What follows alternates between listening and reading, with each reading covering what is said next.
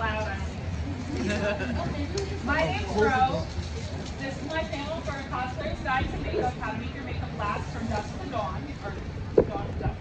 I say shit backward. You'll get it.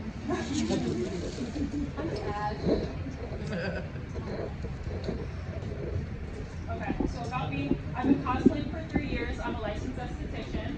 I'm 25, Libra, and I'm married. I've been cosplaying for 3 years, retired makeup artist, dancer. Retired, you're not retired. I pulled you out of retiring. Okay, so we're going to go over 4 sections, technically 5 for questions, but the first section is pre-convention skin prep. Second section is eyebrows and eyes. Third is primers, foundations, and sealers. We'll go over blushes, contour, everything like that in between. And then the fourth section is taking care of your skin after post-makeup. Okay, and then, yeah, how to prep your skin. Okay, so I'll move down. Alright. Okay, so skincare is very important because it's going to give you your clean base to start. You're going to want to cleanse. It's going to remove any old makeup, any bacteria. It's going to give you a nice clean base. Exfoliating is going to smooth your skin if you have any texture. If you don't have texture, I would suggest the serum in its place just to hydrate. And then a moisturizer is going to hydrate your skin and give a little barrier in between your makeup and your skin. So eyebrows and eyes they're the frame of your face essentially. Your eyebrows are going to change the way you look. So if you're covering them out or extending them, whatever you're doing, it's going to change your face dramatically. Oh my god, sweet. Same thing with the eyes. So with eyebrows, you can block them out entirely, and it's going to give you a good idea where everything sits. For blocking out your eyebrows, no. Okay. Blocking out eyebrows, you're going to need glue, specifically the purple invisible glue, color corrector, concealer, and powder. Unless you have blonde hair, then you won't really need the corrector. But if you have dark hair like I do, I need an orange corrector to block out the color coming through. The concealer is your shade and powder. Basically, what you're going to do is you're going to scrape off some glue, get it really tacky and malleable on the back of your hand. Basically, you're going to use your hand, heat it up, circles, apply it with a spatula, and press down, and do multiple layers so that way the hair doesn't actually show through. Then you're going to take the color corrector, very little, because you know when you take your concealer and you do a dot and you rub it and it basically disappears? You want to do that with the orange or red, so that way it's barely there, because if you don't, it's going to mix with your concealer when you go in with it. So after you rub it in, barely there, you're going to put your concealer, you're going to go heavy with it because you're trying to make yourself look like you have no eyebrows. You just want it to look like skin. Then you're going to set it with a powder, just so that way nothing moves. And then if you're filling in your eyebrows, normally you just need a dual-ended eyebrow brush, one with a spoolie, and then with however shaped brush you want. Some people like flat, I like angled, it gives more hair-like stroke. There's also pomade, powder, there's also pen and pencil. I prefer a pen and or pomade. Sometimes a powder, really depends. Every day I use powder or a pen, but for cosplay I normally use a pomade or a pencil. And then filling them in, you're going to sketch out the shape that you want. Different characters have different eyebrows. Tengen, no eyebrows. What's his face? Oh my god. Flame guy. Demon Slayer. Rengoku. Yes. He has like points in his eyebrows. So you're going to just dot where you want everything to lay and then connect it with short strokes, because you don't want to, if you just eyeball it, they're going to come out uneven. But if you do the dots and then connect, you can guide it without ruining the rest of your makeup. Another reason why I start with the eyebrows and the eyes is because your base, if you use too much product and things fall, you can take a makeup wipe and just wipe it off and it won't affect your base. Whether if you did your base first and you already laid your foundation and then everything's falling, you now have to wipe your foundation off because you now have sparkles or black or whatever on your face, messing with your makeup, sometimes melting in with your makeup. Back to brows. I'm gonna jump around a lot. I'm sorry. Filling in your brows, if you want a bold, heavy look, you're gonna start in the front and brush the product through. But if you want a more natural look, start at your tail and then bring the powder this way. So if you want fuller, you can start at the front, but if you want more natural, start at the tail. For eyes, you're gonna need an eyeshadow primer, concealer if you're in a pinch, and then eyeshadows, there's creams, there's liquids, there's powder. It's really preference. Each one is a little different to work with. I prefer powders and liquids. Creams are okay, they're just sticks. I feel like they dry a little too fast for my liking, but if it works, it works. And sticks can also, like if it's a shimmery eyeshadow stick, you can also use it as a highlighter. Like there's rules to makeup, but there really are no rules because if it works, it works. Technique, I say always slowly add color because once you're there, you can't go back. If you use a really pigmented black eyeshadow and you're trying to make it look gray and smoky, once it sticks to that primer, it's gonna have a hard time actually blending out. Also, small circular motions is where it's at. There's a little piece of foam essentially called like a color switching thing. I forget exactly what it's called. But you take your brush and you run it back and forth. That saves you from having to constantly grab a different brush. And sometimes, I have 5 million fluffy brushes, but I have one crease cutting brush. Don't ask me why, I don't know how I got there, but I have one crease cutting brush. So if I need it for another shade, I have to switch it back and forth on this piece of foam, and then go into the other color, just so it doesn't ruin my palette and look like a 5-year-old touched it. And then using water or a setting spray on a shimmer can make the eyeshadow look more metallic and give you a more intense vibrancy to that shadow. So primers, foundations, and sealers. This is going to make your makeup last longer. Primers are the base of your makeup. Everyone has a different skin tone and type, so it's going to affect what type of primer you want to use. Some primers have color to it. You want to make sure that matches the tone, but you also want to make sure that the primer matches your skin type as well.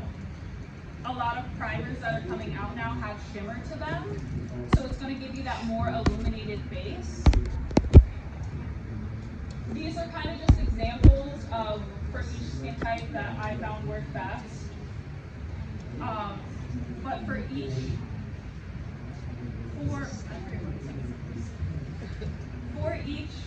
primer, you want to make sure it's going to work best with your skin.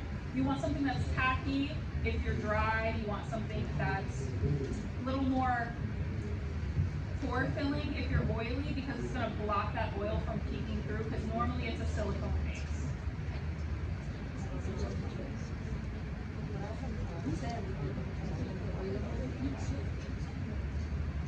Foundations are going to give you that flawless filter that you want. I'm not sure. Foundations are going to give you that flawless filter that you want. There's liquids, powders, creams. They each give their own finish and coverage. I prefer a dewy foundation with a light coverage, just because I can build the pigment if you layer more on. You have to be careful though, because if you have a matte light coverage foundation, it can get really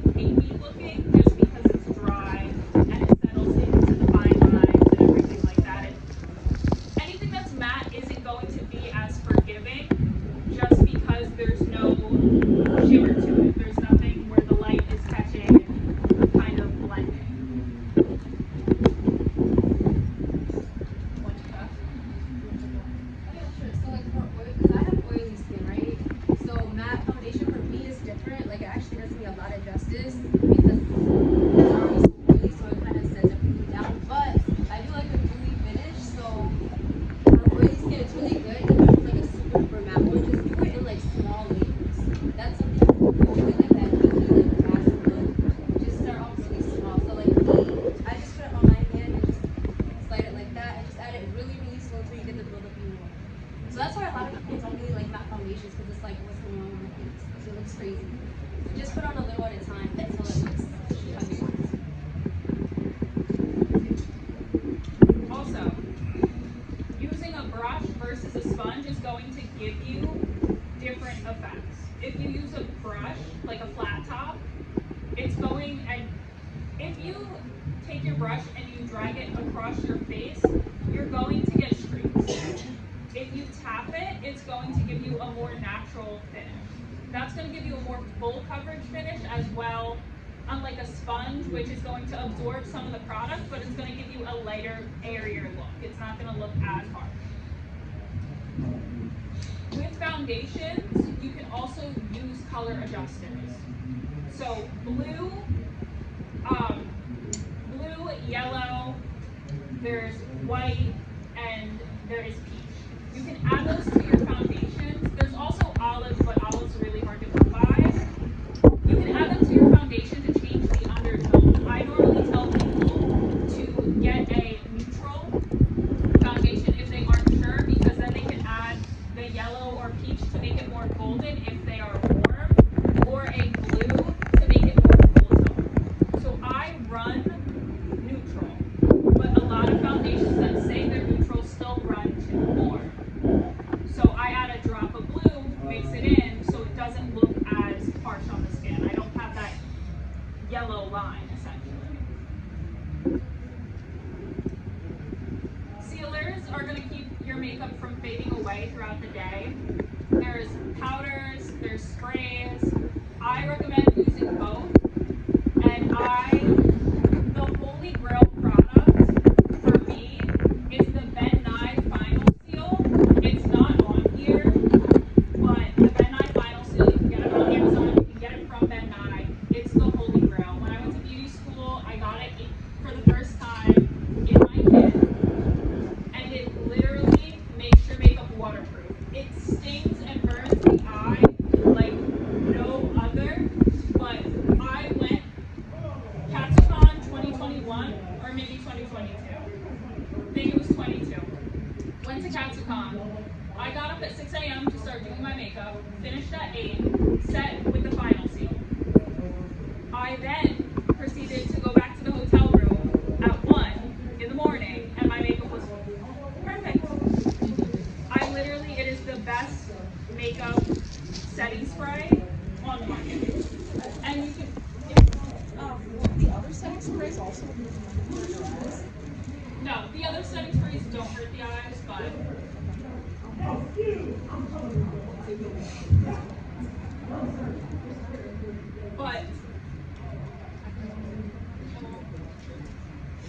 with the setting sprays on this list, there are other good ones as well, but you just have to find what works for you, and sometimes you have to do multiple layers for it to actually lock in the makeup.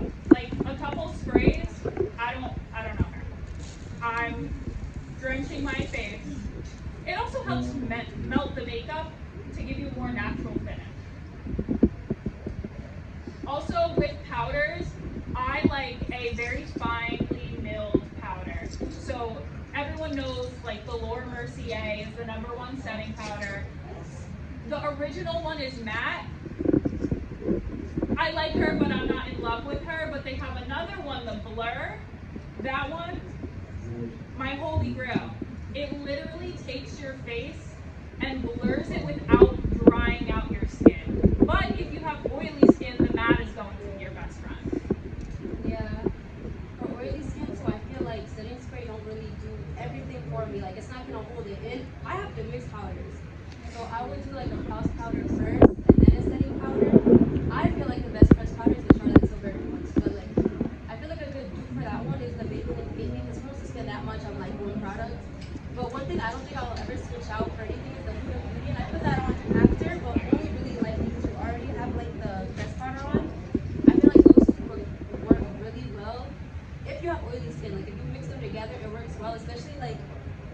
where like I sweat a lot, like where all my oil comes from. So I'll just put it on this little T-zone area and then setting spray after. But different skin types, like setting spray alone is not, it doesn't matter how much I spray on, like it just won't do. No, definitely always use a powder. Because like when I do mall makeup, I always do like my face first, like foundation, concealer, eyeliner, blush, and then I actually use the matte fixing spray, and then I'll put the powder over. Is that like a That's perfectly fine too. So that specific fixing spray is only the setting spray. I don't know why they call it fixing and spraying when it's this, but the fixing spray that is like the coconut and the rose and the original, those are fixing and setting as well. So, but brushes, you don't need to spend a lot of money on brushes. There are very good brands out there. Like I'm in love with the Real Technique brushes from Ulta, Walmart, literally $20 for a set. I've been using them since I was 12, so it's been over 10 years. And I have my original brushes. The weird plastic part at the bottom, like when you get them, you'll see that there's like a black, like kind of rubbery plastic. That's kind of fading a little bit and like coming off, but like the brush itself is still fine. And when I was starting makeup, I was cleaning my brushes with dish soap and olive oil because that's what apparently Facebook told me to do when I was a kid and I listened. But you don't have to spend a lot of money on brushes. Real Techniques is very affordable and gives you a lot of different options. A more dense brush is going to give you a more pigmented application. So I would not use a dense brush to put on a setting powder. I would use a very fluffy brush, something that is very loose, something that's going to sweep across your face that isn't going to mess with the application. Because if you do a dense brush, you're going to get a patch of powder and it's going to look darker. Even though it's a translucent powder, it's going to look darker than the rest of your face because it clings to the moisture in that one area instead of evenly dispersing throughout your face. Can you guys still hear me or?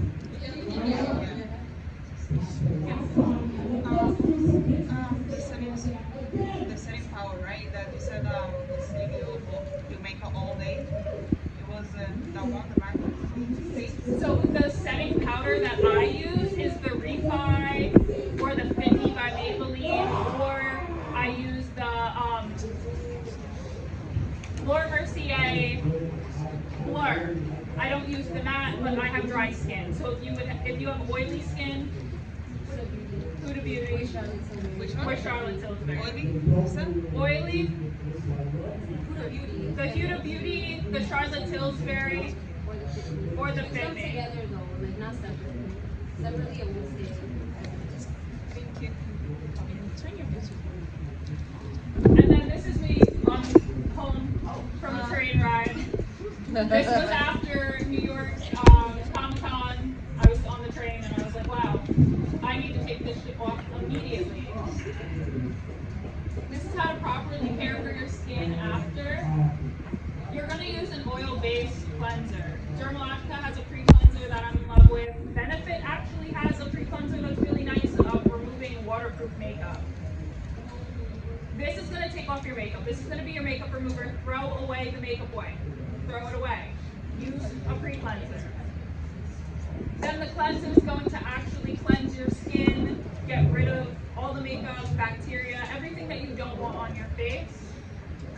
An exfoliator is going to help get rid of the debris, acne-causing bacteria, dullness, and it's going to help with anti-aging. Anything that exfoliates automatically going to help with anti-aging. Toners are going to help balance the pH level of your skin. You already prepped it, so you already protected it. You put all this makeup on, lash glue, everything like that. The toner, after you cleanse, everything like that, this is going to help bring your face back to the pH that it's supposed to be. The moisturizer is going to help maintain all the toner that you just put on and your serum if you did put a serum on. It's going to help maintain the integrity. It's going to act as a barrier now for when you go to sleep. That way, I don't know how often you wash your pillowcase. It should be at least once a week, but okay, questions? Where are the exfoliators? Are there like specific brands that you recommend? So for an exfoliator, The Ordinary has a glycolic acid toner, but just because it's a toner doesn't mean it's not exfoliating. The glycolic acid is 7%, so that's going to exfoliate. You don't mix it with the retinol. Just keep it at that. And then Dermalogica has one if you have sensitive skin. The milk foliant is really nice. You can use it daily. Ulake Henderson has a scrub. I personally don't like scrubs, but they do have a scrub that's really nice. It's not going to get caught in your pores. It's going to give you a nice finish if you have rough textured skin. Yes? So how do you clean your brushes the right way? So cleaning your brushes the right way, they're gonna sell brush cleaner. Real Technique sells a brush cleaner. Ulta sells a brush cleaner. They have quite a few brush cleaners actually. You're gonna take, if it's a bar, I run it underwater, get it soapy, and then I just take my brush, run it across, and then there's mats, but I don't even use the mats. I just take it on my hand and I rub it in circles until it gets really foamy on there, run it through water, wring it out until the color stops coming out. True. You can do detergent and paper towels as well. I just have really sensitive skin and everything kind of breaks me out, so with your own discretion. And then if it's like a liquid soap, I just wet my brush and do a dab of it on my hand and foam it up there. Same thing, wring it out and then leave your brushes upside down to dry. Because if you leave it right side up, like this, the water and everything while it's drying, it's gonna go down into the basin of, I wish I had a brush with me, I should have brought it off with me. It's gonna get down and it's going to loosen the glue and eventually the hairs of your brush are going to start falling out. So when you're doing it, just leave your brushes hanging upside down like this so that way the water goes to the tip of the brush. It's gonna take a little bit longer to dry, but you're not gonna ruin your brushes.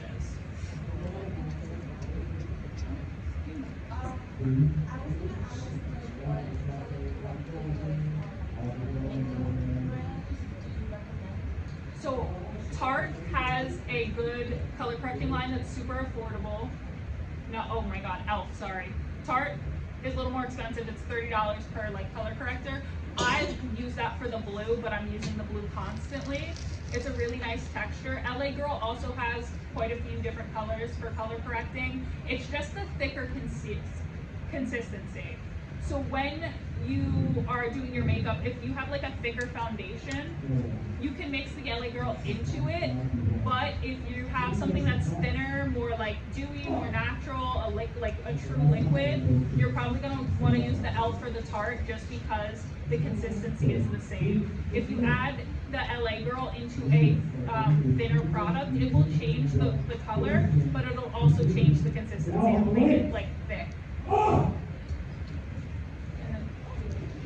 Firstly, you have amazing skin. Is there a certain makeup sponge you recommend? I got one on Amazon and the color came off my face, so it's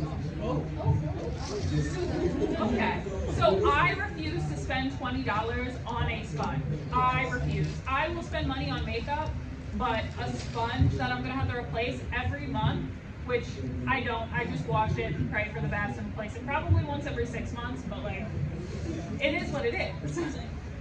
I like the Real Technique sponge. They also just came out with the puff, which one side is a sponge, one side is a powder puff. So you can use that to apply powders, loose and press, which really helps with setting in the makeup. I feel like it gives you a more seamless finish rather than a brush. And then they came out with the mini sponges, which literally like fit on your fingertip and you go, it's perfect for concealer.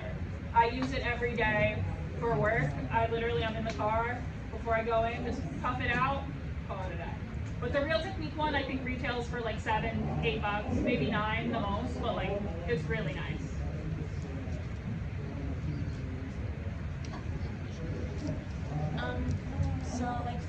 makeup mistakes, especially when you're doing like, cause some characters have like face designs. What do you use to like minimize the mistake but not take all your like base off? Okay, so if you are doing a character that has a lot of stuff going on in the face, like scarring or anything like that, I would suggest setting your makeup with the Ben Nye Final Seal first before you start mapping out any designs.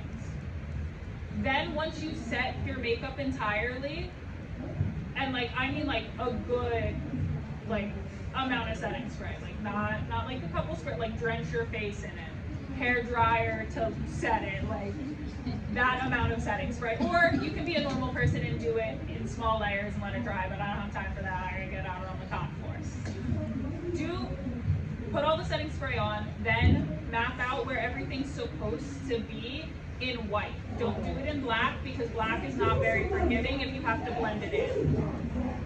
Then take whatever you're doing, and let's say you mess up, you can take a Q-tip then with light water, not anything crazy, like a little amount of water, and just slightly roll it off. That way, when you go back to do it, you can just take a concealer brush and clean it up.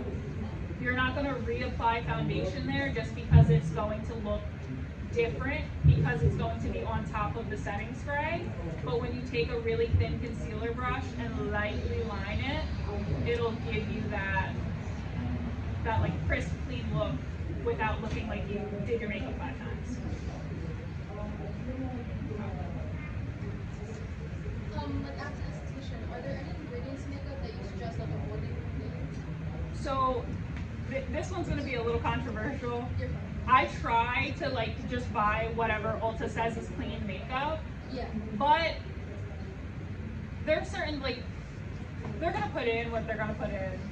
If it's good, it's good. Like there's talc in the original like matte Laura Mercier setting powder, but in the blur there's no talc. But I was still using the matte because it's a good product. Like if it's in there, it's in there. I mean, I try to avoid it, but sometimes you have to compromise for quality products. Alright, that's There is the red number 5 that you can avoid. I try to avoid that as much as possible. But I saw this pretty product, I don't know if it's makeup, it's called it's like a volcanic bowl roller that you can spray through the face and get off the oil.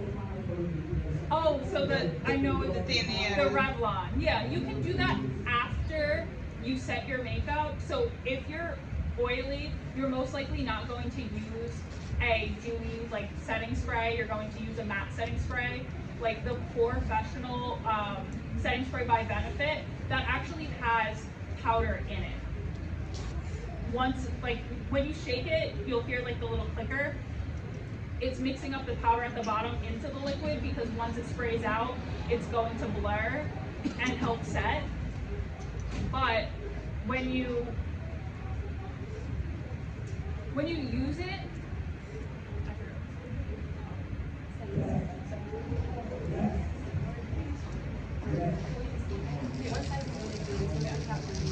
the one size one as well.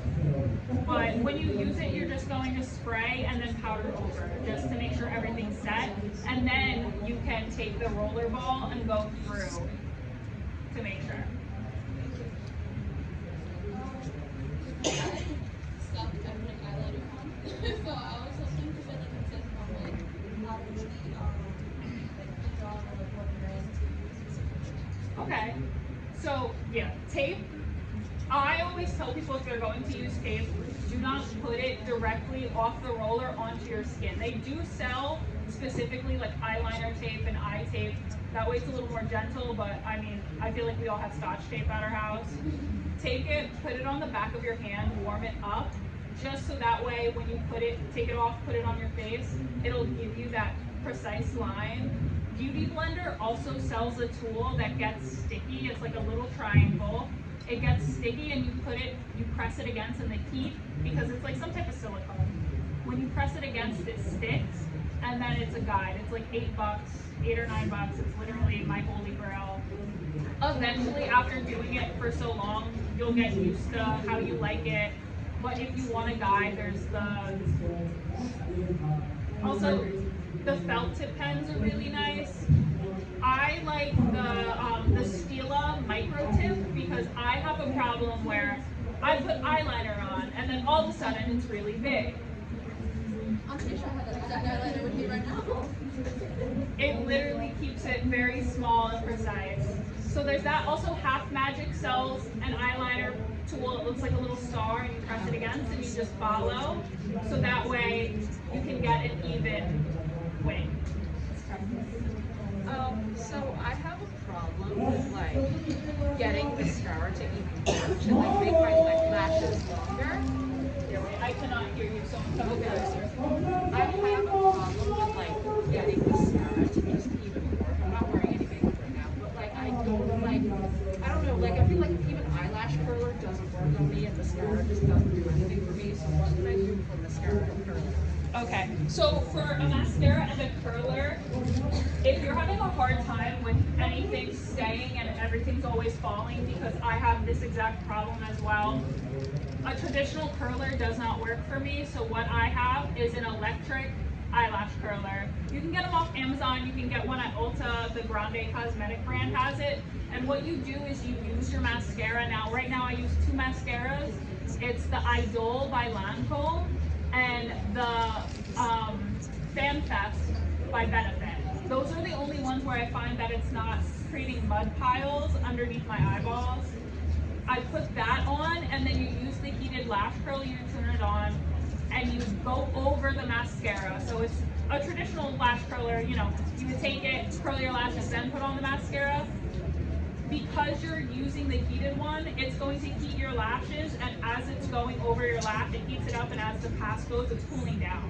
So the mascara itself is going to form to your lashes, heat up, and then hold the shape. So all heated lash curlers, all electric lash curlers do that? Yes. It was definitely, it was something that I came across like 2 years ago, and it really has changed the game. When I normally wear like false lashes, it doesn't really matter too much because a false lash is going there, but using a heated lash curler just on my natural lashes, like today, I'm not wearing a false lash. I do have mascara on, but it's not pigmented enough, so I put eye paint over it. But what I did was I used the Idol lash primer, I ran it through, and then I used the heated lash curler, and I just do slow passes just to heat it up. I do it on the high setting just because I live life on the edge, I want to get it done faster. There is a low setting, but it's not, it doesn't burn. Like you can take your finger and press on it, it's not going to burn you. And then let it go, and then it'll curl and hold the curl because the mascara is on there. Okay. Cool. Thanks.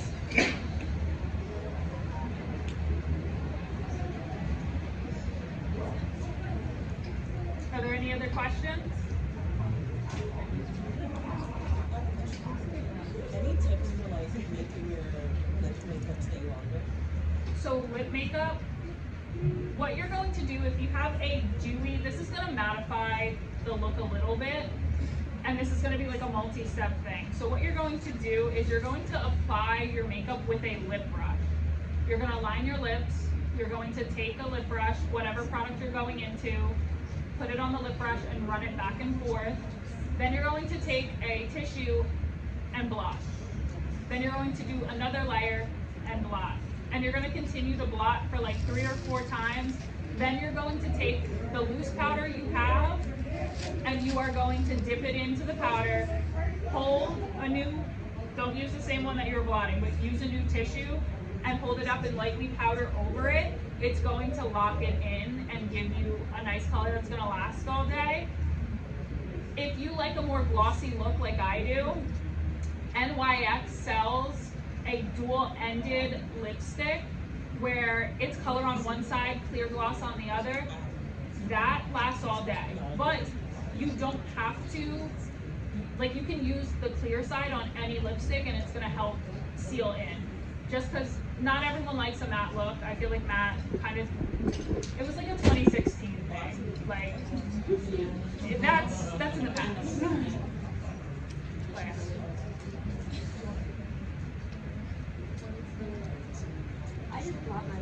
That's what to say, yeah. Like,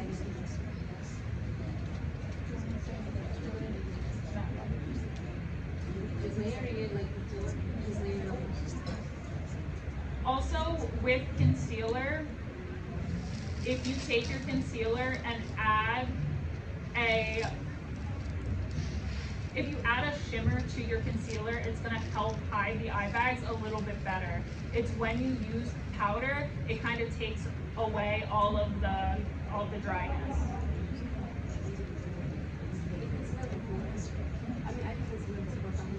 So she does concealer before foundation, where I do concealer after foundation, but I'm using concealer to highlight my face, where she uses it to cover. Also, a pot concealer, something that's not a liquid, is going to give you better coverage, a more full coverage, and actually cover like acne scars and active acne. Also, contour, cool tone, and warm tone. It's used interchangeably now, but contouring originally was cool tone grayscale to give your your face more structure, where bronzing was to warm it up and give you more of a glow. There are matte bronzers that still give you a glow, but it's used interchangeably now. So good luck finding a cool tone. Let me know when you do. There's like 3 of them.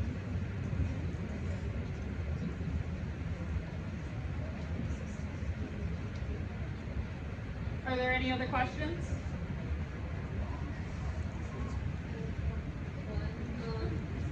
How do you feel like, you know, when you apply those skin prep and stuff, like, should we use like the conditioning oils when we're doing our skin prep as well, and then put like our lip makeup on the next day? Is that like a thing that we should be doing? Because I know like I used to put like conditioning oil so that my lips don't tap out. So what I do is the night before I use a lip mask, and then as I'm like washing my face and after the moisturizer, that's when I put it on, because by the time I get to my lips, because like lips is like the last thing I do. I use the setting spray, my mascara's on, my lashes are on, I do my lips last. By that time, all the product has absorbed. I'm not, you can also exfoliate beforehand, the day before, to help the product penetrate a little bit better. There's scrubs, and Stila has a lip enzyme product, which it's basically a serum with enzymes in it that exfoliate when you circle on your lips with the brush. Dead skin will literally just fall off. It's kind of crazy. And then you top with the oil, and then you're good. True. You could do sugar and warm water, or like coffee grounds, if you don't want to like buy it from the store, if you want to use what you have in your house.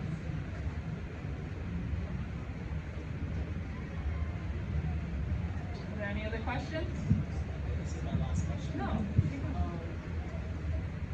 What would you know if there's any pros and cons to doing skincare in your makeup, but you ever doing skincare with primer on your makeup? So the pros and cons of skincare under makeup with no primer and skincare with makeup and primer. The con would be that the moisturizer may mess with the consistency of your product. So if you're doing a powder and you're not doing a primer, so like if you have oily skin, you put on your moisturizer and you're going to do your foundation, powder foundation. If you're not using something like a silicone primer to give you that smooth base, it's going to clump up. Even if like normally if I wear moisturizer with like a skin tint throughout the day, like it's not there. Like halfway through the day, it's just not there. It dissipates faster. You're not getting that coverage that you want. As well as like the pros, longer wear, it's and more even application, and it's going to, because the pore filling primers are supposed to like actually get in. So what most people don't do with pore filling primers is warm it up on the back of your hand. I honestly suggest to warm up everything on the back of the hand, just because it helps the product mesh into your skin better. when you sit there and pump it, like when you, makeup artists have like the trays where they put it on, but that's just for sanitary reasons. If you are doing your makeup yourself, put it on the back of your hand, warm it up, and then apply it. You'll get a better coverage.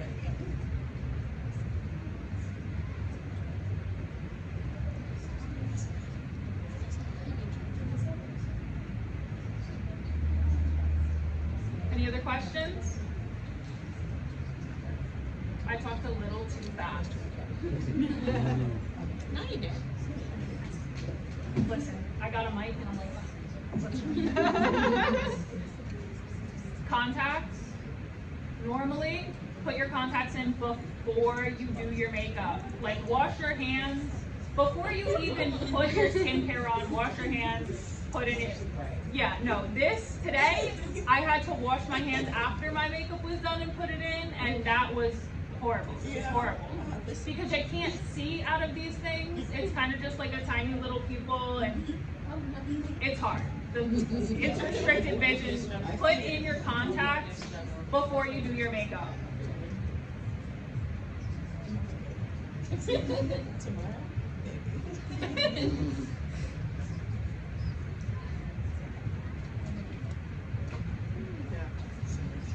Are there any other questions?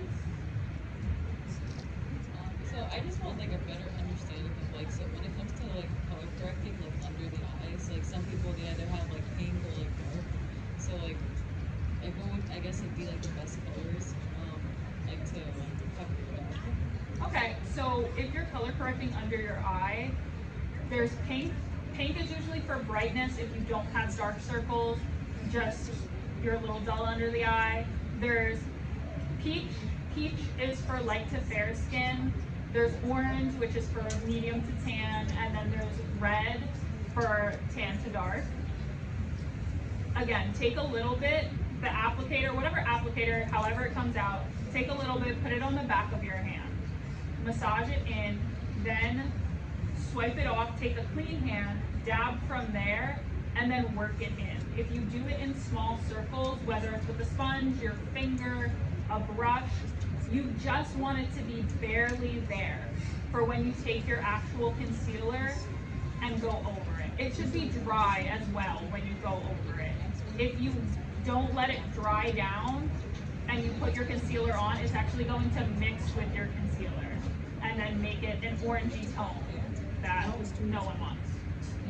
Does like the steps change like what you mentioned you do concealer versus foundation? Like does the steps change? Yeah, like for me, it covers it more when I do concealer. Like if I'm concealing, like I have dark like under eyes here, it does change it. If I put on foundation, it looks like trying to show, like kind of out my. I don't really describe it with words, but like it'll be like clear and then like a little gray right here instead of covered up. Oh, I have a question for you actually. Oh. What do you use for your under eye concealer? And also, like I feel like my bags under my eyes, it's not just like the dark circles, it's like physically like puffy, like, you know, like how do I like make it not look like physically The pressed out? powder. Well, I use Rare Beauty. That's the concealer. That's the only concealer I see works, especially because I don't like it really heavy. Because I feel like heavier makeup looks nicer on like bolder features. I have really small ones, so I like concealers like Rare Beauty, and it covers it a lot. What beauty? Rare Beauty. Rare By beauty? Sephora, yeah. But I have to do like thin layers, like pile on the thin layers, because it is a thin concealer.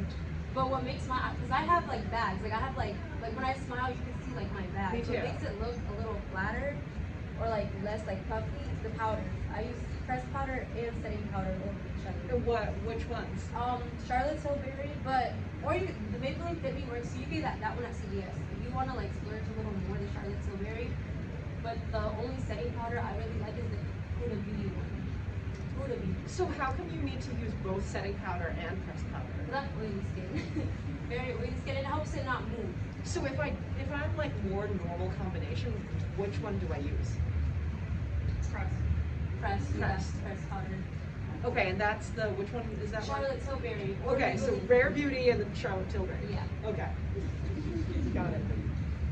I'll remember. Also, rule of thumb is liquids, creams, powders. If you try to layer a cream or a liquid over a powder, it's going to ruin your base. It's going to disrupt everything and you're going to get peeling. It's going to start pilling and it's just a mess. You essentially have to start over from there. Powder always lasts. Powder always lasts.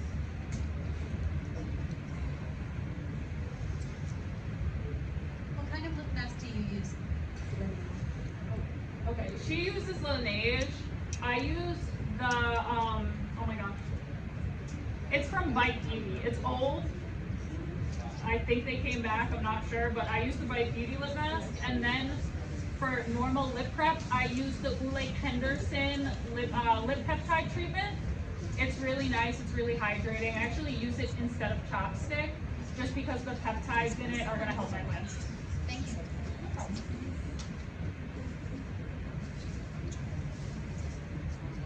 okay, that's cool. Anything else?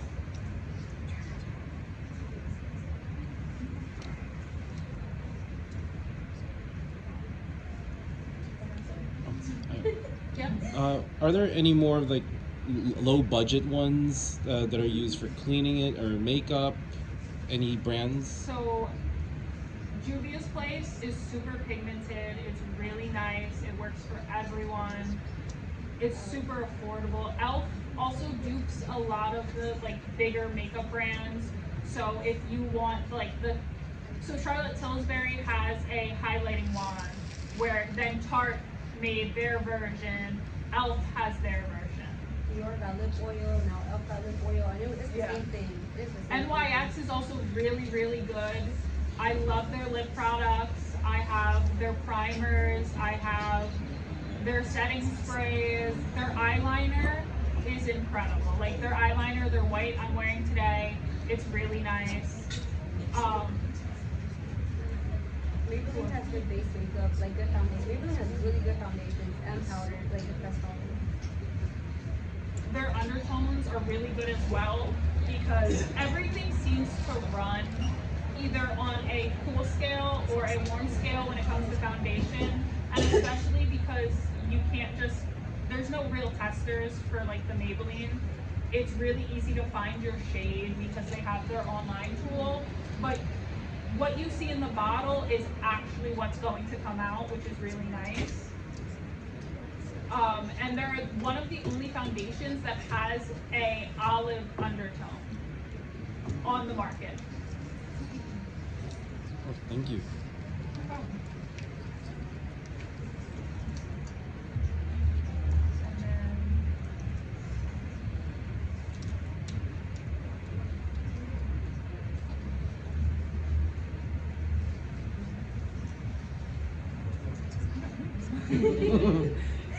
I'm just going to, I think this is the end? Okay. Oh, I didn't add her socials, so. Yeah. Not you editing the slide now. There's a mouse.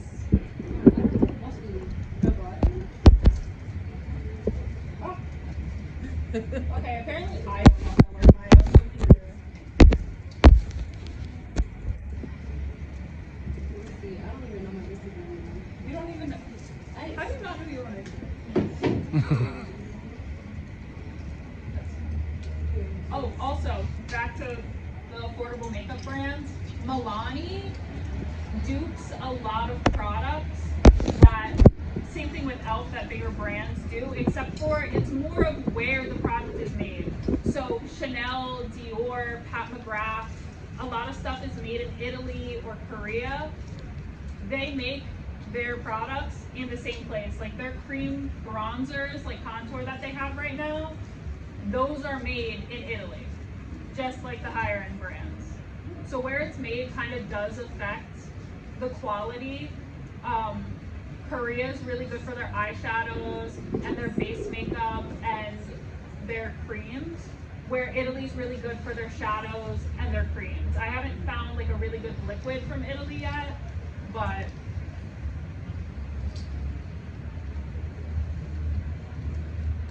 also Mecron, which is a face paint brand, really good quality product. If you want to do a lot of detailing, I would suggest getting like actual paintbrushes and painting the details off of those.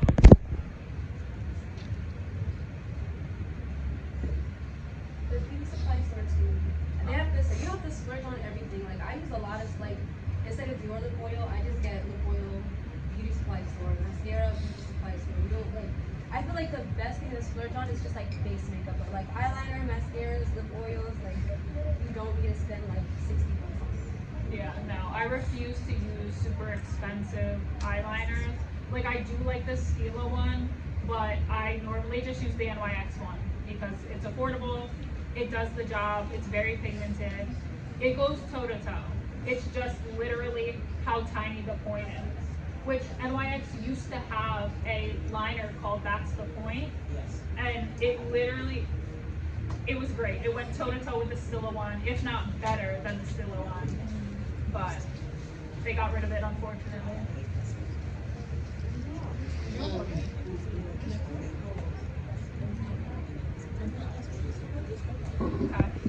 Does anyone have any more questions? What's the name of the face paint you were talking about again? Mehron? It's like Mehron.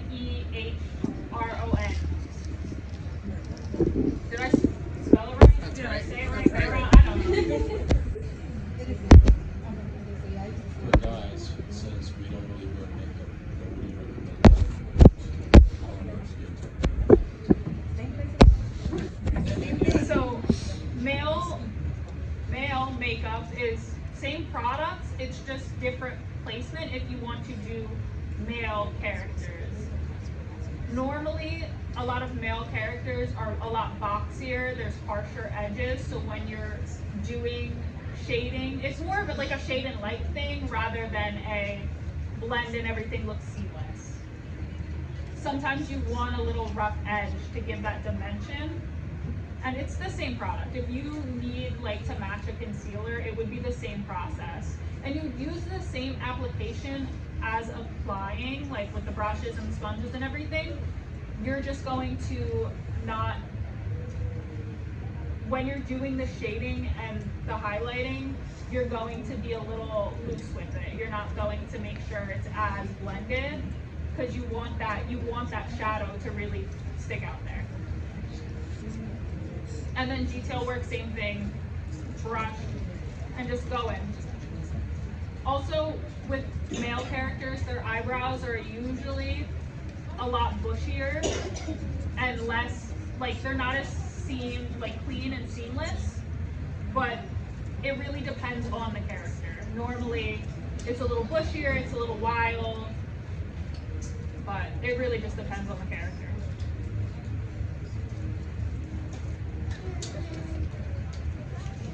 Okay, I release you guys.